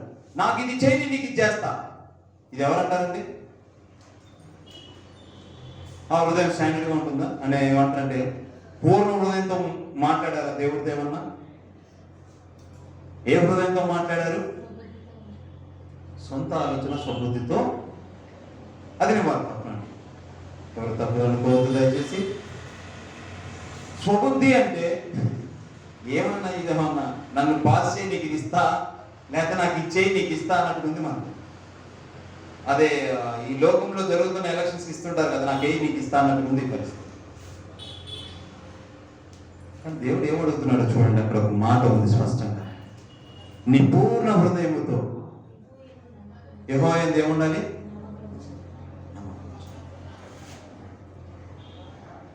రోగములను స్వస్థపరిచేవాడండి దేవుడు. ఆ దినాన యేసు ప్రభు వెళ్తున్నప్పుడు కుష్టి రోగులు వచ్చి ఆయన దగ్గర స్వస్థత పొందారు. గుడ్డివారు చూపులు పొందారు. రక్తస్రావం జరుగుతున్న స్త్రీ స్వస్థత జరిగింది. అద్భుతాలు చదివిన మనము, అద్భుతాలు విన్న మనము, అద్భుతాలు మన కుటుంబంలో చేసిన దేవుని అనుభవంతో మనం ఉన్నాము. కానీ ఆయన ఎందుకు మనం ఎలా ఉండాలి? నమ్మకం ఉంచేవారుగా ఉండాలి. ఎలా ఉండాలి? నమ్మకం ఉంచేవారుగా ఉండాలి. సొంత ఆలోచనతో ఈ మధ్యకాలంలో వెళ్తూ ఉన్నారు ప్రజలు. అది సరైన విశ్వాస క్రమము కాదు. ఏదైనా సరే దేవుని ఏర్పాటు ఉంటుంది. ఒక మాట చెప్తాను. ఒక చోట నేను విన్న సాక్ష్యం ఏంటి అంటే, బక్సింగ్ గారిని గొప్ప ప్రవక్త, గొప్ప సేవ చేసిన సేవకుడు. ప్రార్థన అంటేనే బక్సింగ్ గారు అంటే ప్రార్థన అనే స్థితిలో ఆయన యొక్క ప్రార్థన జీవితం, విశ్వాస జీవితం గొప్ప సాక్షిగా దేవుడు నిలబెట్టాడు. ఆయన అనుభవంలో ఒక చిన్న మాట నేను చదివాను. ఎక్కడ చదివినప్పుడు ఏమనిపించిందంటే, ఆయన ఒక చోటకు వెళ్ళాడట. అక్కడ పరిచయం చేస్తున్న సమయంలో ఆ దినాల్లో జట్కా బండి ఉండేది, తెలుసు కదండి. ఏమంటారు, గుర్ర బండి ఉండేది. ఆయన పిలిచాడు. ఆ రోజు అక్కడ అక్కడ ఆ కూడిక అయిపోయిన తర్వాత ఆయన పిలిచి, నీవు వెళ్ళి హైదరాబాద్కి ఒక రైల్వే టికెట్ తీసుకురామని చెప్పారు. సేవకుడండి.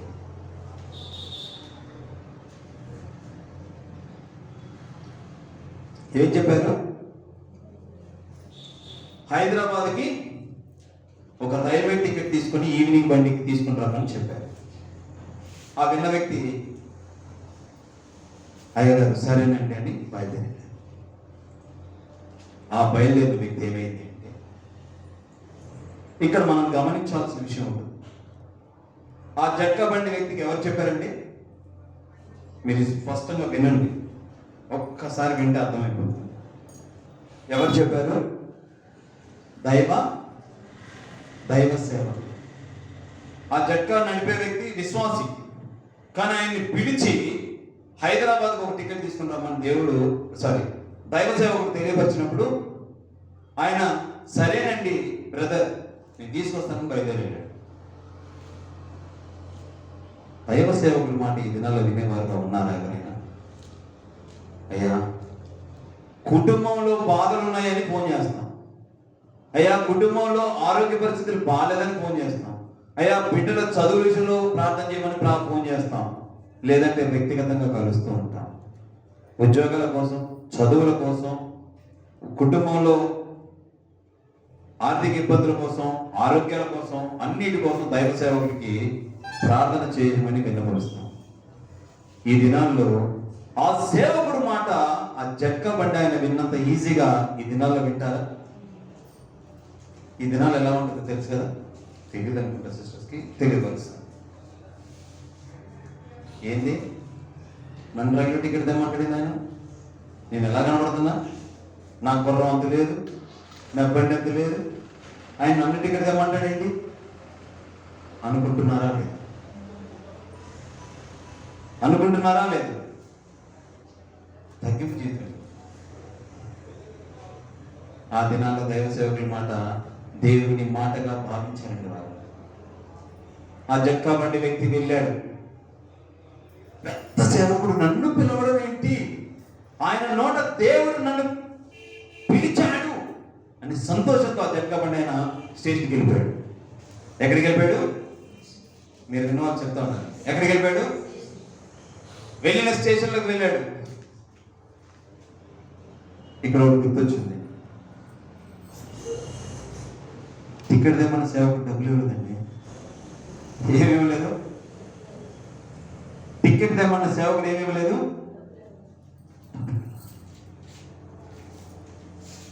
అంత పెద్ద సేవకుడు నేను అడగలేను, నాకు డబ్బులు ఇవ్వలా. ఆ దినాల్లో 5 రూపాయల టికెట్ అనేది చాలా విలువైందే కదా. 5 రూపాయలు అంటే నాట్ ఏ జోక్. ఒక 40 years back, 50 years back not a joke.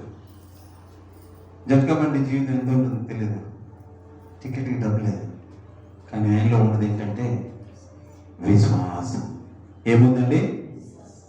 దేవుని యందు విశ్వాసం. ఎవరి మీద నమ్మకం ఉంచాడు? దేవుని యందు నమ్మకం ఉంచి లైన్లోనే నిలబడ్డాడు. ఆయన నిలబడుతూ టికెట్లు ఇస్తున్న కౌంటర్ దగ్గరికి వెళ్ళి నిలబడిన సమయంలో ఒకరైపోయారు.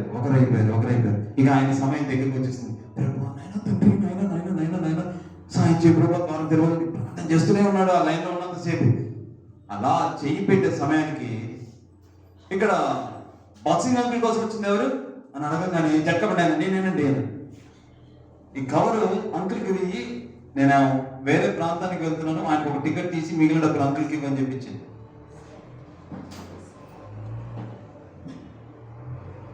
ఒక్కసారిగా ఆయన ఆశ్చర్యపోయాడు.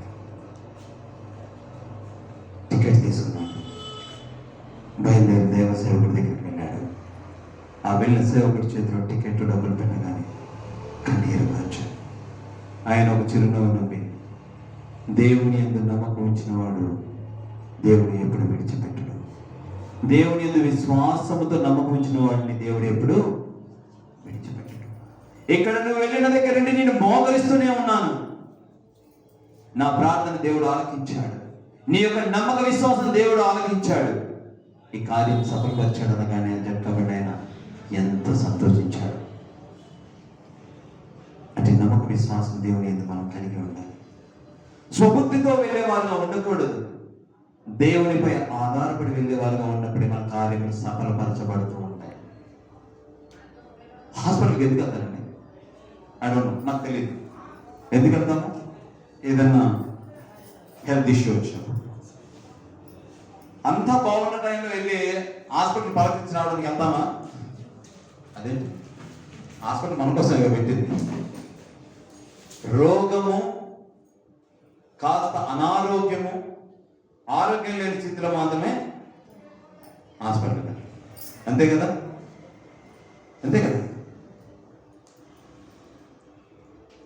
రోగము, అనారోగ్యము, కొంచెం హెల్త్ బాగున్నప్పుడు హాస్పిటల్కి వెళ్తాం. బాధ కలిగినప్పుడు ఎవరి దగ్గరికి వెళ్తాం?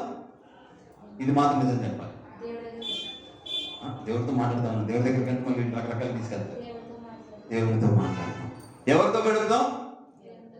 అసలు మన కన్నీరు అయితే గోదావరిలో పారేస్తుంది ఆయన పాదం దగ్గర. హాస్పిటల్ లోకానుసారంగా ఇక్కడ ఉన్న హాస్పిటల్కి నేను వెళ్ళక మునిపే దేవుడు డిసైడ్ చేస్తాడు.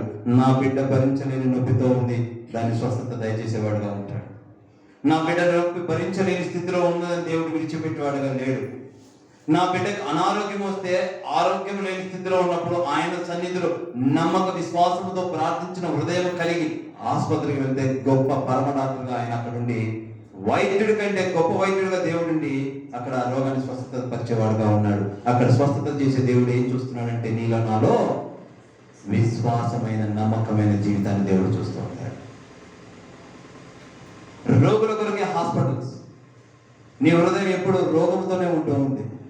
ఈ రోగం తీర్చుకోవాలంటే ఎవరి దగ్గరికి వెళ్ళాలి? రోగం అంటే మళ్ళీ ఎక్కడికో రోగాల్లో కలగండి. దాన్ని ఏమంటారా తెలుగులో రాక ఈ బాధ. ఈ హృదయంలో కలిగిన బాధ, హృదయంలో కలుగుతున్న సమాధానమైన పరిస్థితి, ఆర్థిక పరిస్థితి, కుటుంబంలో బిడ్డల మాట వినని పరిస్థితులు, ఎన్నో పరిస్థితుల్లో నీ హృదయం నొచ్చుకొని బాధపడుతున్నప్పుడు ఎవరి దగ్గరికి వెళ్ళాలి? దేవుని దగ్గర మోకరించి ప్రార్థన చేసేవారుగా ఉండాలి. అప్పుడు దేవుడు ఏం చేస్తాడు? సమస్తమును సఫలపరిచే దేవుడు నీకు నాకు తోడైంది నిన్ను నన్ను ఆశీర్వదించేవాడుగా ఉంటానన్నాడు. ఆయనను నిత్యము ప్రేమించేవారుగా మనం ఉన్నప్పుడు ఆయన శాశ్వతమైన ప్రేమ పొందేవారుగా, ఆయన కృప పొందేవారుగా మనం ఉంటామని దేవుడు సెలవిస్తూ వచ్చాడు. చూడండి, మరొక మాట చూసి ముగించుకుందాం, సమయం లేదు.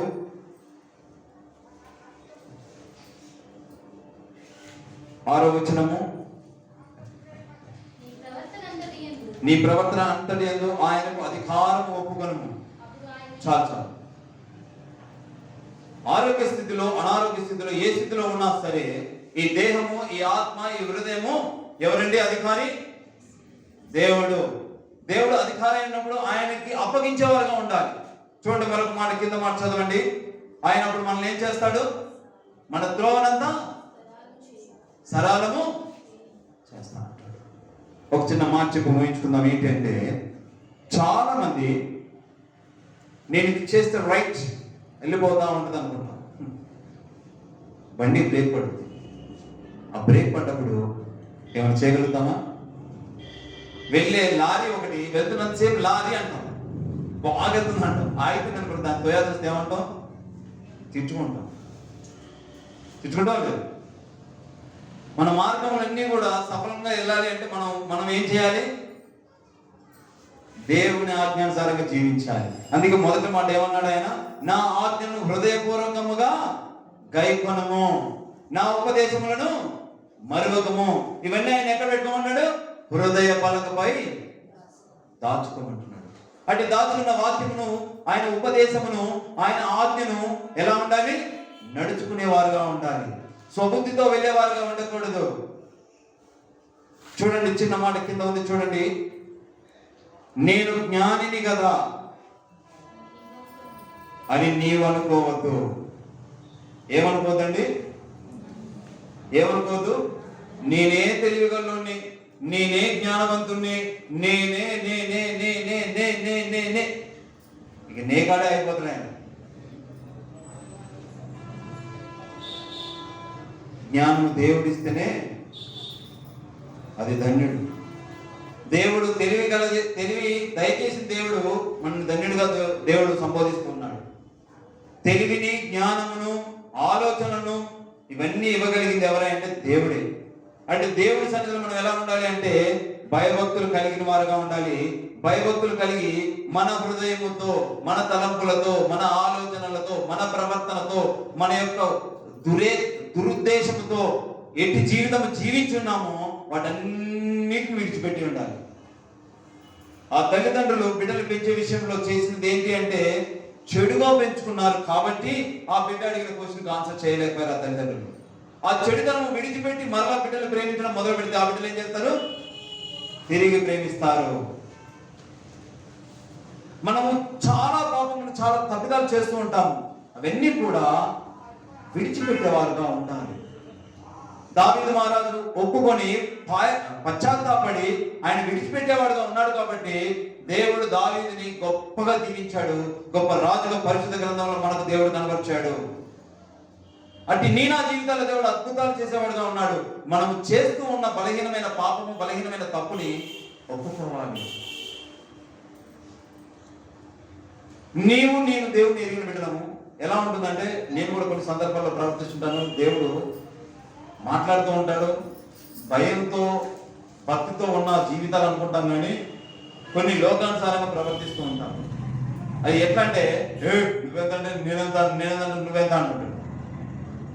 తగ్గించుకొని అయ్యా నా మాట నిన్ను నొప్పించుంటే క్షమించయ్యా బ్రదర్, నేను గొడవలకు దూరంగా ఉండే వ్యక్తిని, నేను దేవుని అనుకున్న బిడ్డని, నా వైపు ఏమైనా తప్పుంటే క్షమించాయని తగ్గింపు కలిగిన జీవితం ఎంతమంది దినాల్లో జీవిస్తూ ఉన్నాం. ఆయన సయ్యండి, ఈయన సుయ్య అంటాడు. కారణం ఏమిటి అంటే మనలో బలహీనతలు ఉన్నవి అంటే బలహీనతలు ఎవరి దగ్గర ఒప్పుకోవాలి? జ్ఞానం ఎవరిస్తున్నారు? ఎవరు తోడై ఉంటున్నారు? ఏమిస్తా అన్నాడు? ఆశీర్వాదం. నిత్యం ఆయన ప్రేమించే వారికి ఏమిస్తా అంటున్నాడు? కృప. ఆయన ఉపదేశం, వర్తమానం, ఆజ్ఞను విన్నవారిని మనం హృదయపరంగా రాసిన జీవితాలు, ఆయన ఎందుకు భయభక్తులు కలిగిన జీవితం ఏం చేస్తా అన్నాడు? దీవించబడినట్లుగా దేవుడు దీవిస్తానంటున్నాడు. చూడండి, మరొక మాట చూసి ముగించుకుందాం. అప్పుడు నీ దేహమునకు ఆరోగ్యమునకు, నీ ఎముకలకు సత్తువులు కలుగును, నీ రాబడి అంతటిలో. చూడండి, చాలా మంది శరీర బలహీనతతో బాధపడుతూ ఉంటే నేను ఒక చోట విన్నానండి. ఏంటంటే ఆ సహోదరుడు అనారోగ్యంగా ఉన్నప్పుడు అతనికి ఒక ఎగ్జామ్ పెడతాడు దేవుడు. అంతే. యోగుకు పెట్టలేదా ఎగ్జామ్ దేవుడు? ఈ లోకంలో ఎన్నో కష్టాలు భరించాడు ఆయన. ఆయనకి ఇష్టమైన బిడ్డలు, ఆస్తులు అన్ని పోయినాయి. సకలం పోయినా సరే దేవుడు విడిచిపెట్టలేదు ఆయన. అందుకే యోగు గారు దేవుడు గొప్పగా దీవించాడు. అంచెలంచెలుగా దీవిస్తూ వచ్చాడు. అంచెలంచెలుగా దీవెనలు పొందుతూ వచ్చాడు యోగు గారు. అంటే గొప్ప యొక్క సాక్ష్యం మనం జీవితాలు దేవుడు మనకు చూపిస్తున్నప్పుడు మనం ఎలా ఉండాలి అంటే, ఒక సహోదరుడికి కలిగిన ఆ యొక్క బలహీనత వల్ల ఒక అన్యుడు మాట్లాడే మాట ఎలా ఉంటుందో తెలుసా? లేకపోతే అల్ప విశ్వాసంతో ఉన్న దేవుడు ఎరిగామని ఒక ముసుగుతో జీవిస్తున్న భక్తుడు ఏమంటాడో తెలుసా? దేవుడు నమ్ముకున్నారన్నారు, ఎప్పుడు రోగాలు ఉంటుంటారు. అసలు వారి శ్రమ వెనక దేవుడు దీవెనలు ఇచ్చి గొప్పగా దీవించేవాడుగా ఉన్నాడు. వారికి తోడై ఉన్నాడు దేవుడు. వారి శరీర బలహీనత వలన దేవుని దూరపరుచుకునేవారు కాదు. దేవుడిని దగ్గర పరచుకోవడం కోసం దేవుడు శరీర బలహీనతకు అనుమతిస్తాడు. అంటే శరీర బలహీనత వలన మనం ఏం కోల్పోయాం దేవుడి దగ్గర నుండి, మనం ఏ విషయాల్లో ఆయన దూరం చేసుకున్నాం, మనం ఏ విషయాల్లో ఆయనని మనం విడిచిపెట్టి ఉన్నామో సరి చేసుకునే అవకాశం ఆ సమయాన్ని దేవుడు ఇస్తూ ఉన్నాడు. ఆయన్ని కలిగి ఉండడం వల్ల, ఆయనని ఎందుకు భయభక్తులు కలిగి ఉండడం వల్ల ఆయన ఏం చేస్తా అంటున్నాడు? మన మార్గము సరళం చేసేవాడుగా ఉన్నాడు, ఆరోగ్యం ఇచ్చేవాడుగా ఉన్నాడు, ఎముకల్లో సత్తు కలిగేసేవాడుగా ఉన్నాడు. దేవుడు గొప్పగా మనం దీవించేవాడుగా ఉన్నాడు. అంటే దేవుడు కలిగిన నేను దీవెనలు పొందాలి అంటే ఆయన ఎందుకు భయభక్తులు కలిగిన వారుగా ఉండాలి. నీలో నాలో ఉన్న లోపములన్నింటినీ ఆయన సన్నిధిలో ఒప్పుకునే వారుగా ఉండాలి. ఆమేనంటూ ఇదే పెదవులతో నీవు ఇంకొక మాట మాట్లాడినా, ఆమేనంటూ చూచిన వాక్యం నీ హృదయాన్ని సరిచేసుకునేదిగా ఉన్నా, మరలా నీవు ఎవరినైతే ద్వేషిస్తావో, ఎవరినైతే దూషిస్తావో, ఎవరినైతే తృణీకరిస్తావో, ఎవరినైతే అవమానిస్తావో, ఎవరినైతే ఏదిస్తావో, నువ్వు ఏదైతే విత్తావో అదే కోచేవాడుగా దేవుడు చూపిస్తూ ఉన్నాడు. దేవుడు ఏది కూడా మనల్ని తప్పుడు మార్గానికి వెళ్ళేవారుగా మనం దేవుడు సిద్ధపరచాడు. ఆయన మార్గంలో మనల్ని ఏర్పరచుకునేవాడుగా ఉంటాడు. మనం సరి చేసుకునే వారుగా మనం ఉండాలి. ఈ లోకంలోనే మనం ఉన్నప్పుడు అవకాశం సరి చేసుకుని దేవుని వైపు చూసేవారుగా ఉండాలి. ఒక చిన్న మాట లాస్ట్ చూసుకుందాం. రాబడి అంతటిలో ప్రథమ ఫలమున్న ఆస్తిలో భాగం నుంచి యెహోవా కనపరచుము. అప్పుడు నీ కోట్ల ధాన్యం సమృద్ధిగా నుండును, నీ గానుగుల నుండి కొత్త ద్రాక్షరసము పైకి పొరలిపారు. దేవుడు చివరి మాట ఎంత స్పష్టంగా ఎంత చక్కగా మాట్లాడాడంటే, ఆయనకి డబ్బులు లేక అడుగుతున్నాడా? అది ఒక క్రమం. ఏంటిదండి అది? అది ఒక క్రమము. బిడ్డకి మనం 100 రూపాయలు ఇచ్చి, అరే నువ్వు దీంట్లో 10 రూపీస్ కొనుక్కోవాలంటే వాడు 100 కొనుక్కోస్తే ఏం చేస్తాం? ఏం చేస్తాం?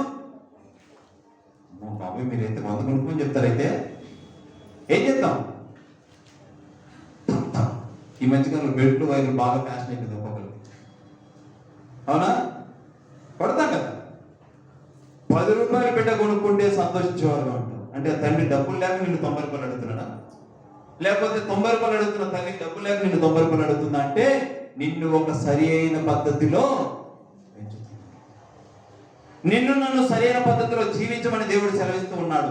ఆయన మనకు ఇచ్చిన దానిలో ప్రథమ ఫలము, దశభాగము ఇవ్వగలిగినది ఇచ్చినప్పుడు ఆయన మనల్ని దీవించేవాడుగా ఉన్నాడు. మన యొక్క వృత్తిని, మన యొక్క పనిని, మన యొక్క ఉద్యోగాన్ని, మనం చేసిన వ్యాపారాన్ని దేవుడు దీవించేవాడుగా ఉన్నాడు. ఆయన దీవెన ఎంత దీవెన అంటే నూరింతలుగా ఇచ్చేవాడుగా ఉన్నాడు. మీరు చాలా మంది వినే ఉంటారు, చూసే ఉండొచ్చు.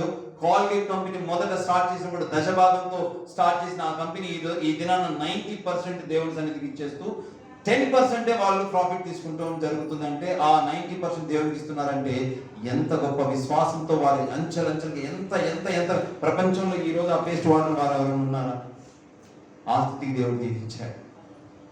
అటు దీనిలో నేను పొందుతాం ఆయన ఆజ్ఞానుసారంగా మనము వెళ్ళినప్పుడే, ఆయన ఆజ్ఞానుసారంగా జీవించినప్పుడే, మనము గుప్పెలు విప్పి ఆయన సన్నిధిలో తెరవబడినప్పుడే ఆయన దీవించేవాడుగా ఉన్నాడు. మన యొక్క ప్రథమ ఫలమును ఆయనకి హృదయపూర్వకంగా ఇవ్వాలి. ఇట్లా ఈ చేతిలో దాచుకుంటాం, ఈ చేతిలో దాచుకుంటాం, ఏదైనా దాచుకునేది అని ఆయన ఒక మాట అన్నాడు అనుకో, ఈ గుప్పెలు ఇవ్వడానికి కాదు కదా, కనీసం జేబులో 10 రూపాయలు ఉంటాం. అవునా? అవునా కదా? అందువలన మనము దేవుని యందు వాక్యాన్ని మనము వినేవారుగా కాదు, దాన్ని అనుసరించేవారుగా ఉండాలి. వాక్యాన్ని ఎక్కడ పెట్టుకోమన్నాడు దేవుడు? హృదయం. ఆయన ఆజ్ఞలను ఎక్కడ పెట్టుకోమన్నాడు దేవుడు? హృదయంలో. హృదయంలో పెట్టుకోమంటే తాళాలు లేకండి దయచేసి. హృదయపూర్వకముగా పూర్ణ హృదయముతో దేవుని ఆజ్ఞానుసారంగా జీవించేవారుగా ఉండాలి. ఆయన ఉపదేశమును ఆజ్ఞానుసారంగా జీవించేవారుగా ఉండాలి. ఆయన గొప్పగా సెలవిస్తూ వచ్చిన ప్రకారము ఆయన నిత్యము మనల్ని ప్రేమించేవాడుగా ఉన్నాడు. ఆయన ప్రేమ పొందేవారుగా ఉండాలి. మనము ఆయన ప్రేమను పొందేవారుగా ఉండాలి అంటే ఆయన ఆ వాక్యము మనలో ఉండాలి. మనము ఆయన మాదిరిగా జీవించాలి. చెప్పుకుంటే నీ నా వల్ల కాదు, నీ యొక్క నా యొక్క ప్రవర్తన ద్వారా దేవుని కలిగిన బిడ్డలు అని లోకంలో సాక్షులుగా చెప్పుకోవాలి. చెప్పిన వాక్యము కూడా దేవుడు ఆయన దృష్టి యందు, మానవ దృష్టి యందు నీవు నేను మంచివాడుగా ఉంటామని దేవుడు గొప్పగా సెలవిస్తూ వచ్చాడు. అంటే మంచివాడు అనేది నీ నా ప్రవర్తన దేవుడు చూస్తూ ఉన్నాడు. అంటే ప్రవర్తన మార్చుకోవడానికి దేవుడు పరిశుద్ధ దినమున, ఈ యొక్క విశ్రాంతి దినమున, ఈ యొక్క పరిశుద్ధ దినమున నీతో నాతో మాట్లాడుతున్నాడు. ఈ యొక్క జీవితము దీవెనకరంగా జరగాలని, ఈ యొక్క విన్న మాటలన్నీ కూడా ఆ వాక్యానుసారంగా జీవించేవారుగా మనము ఉండాలని, మన కుటుంబాల్లో ఆశీర్వాదాలు పొందేవారుగా ఉండాలని దేవుడు కోరుకుంటూ ఉన్నాడు. దేవుని మాటలు దీవించబడును కాక. ప్రార్థన చేసుకుంటాం.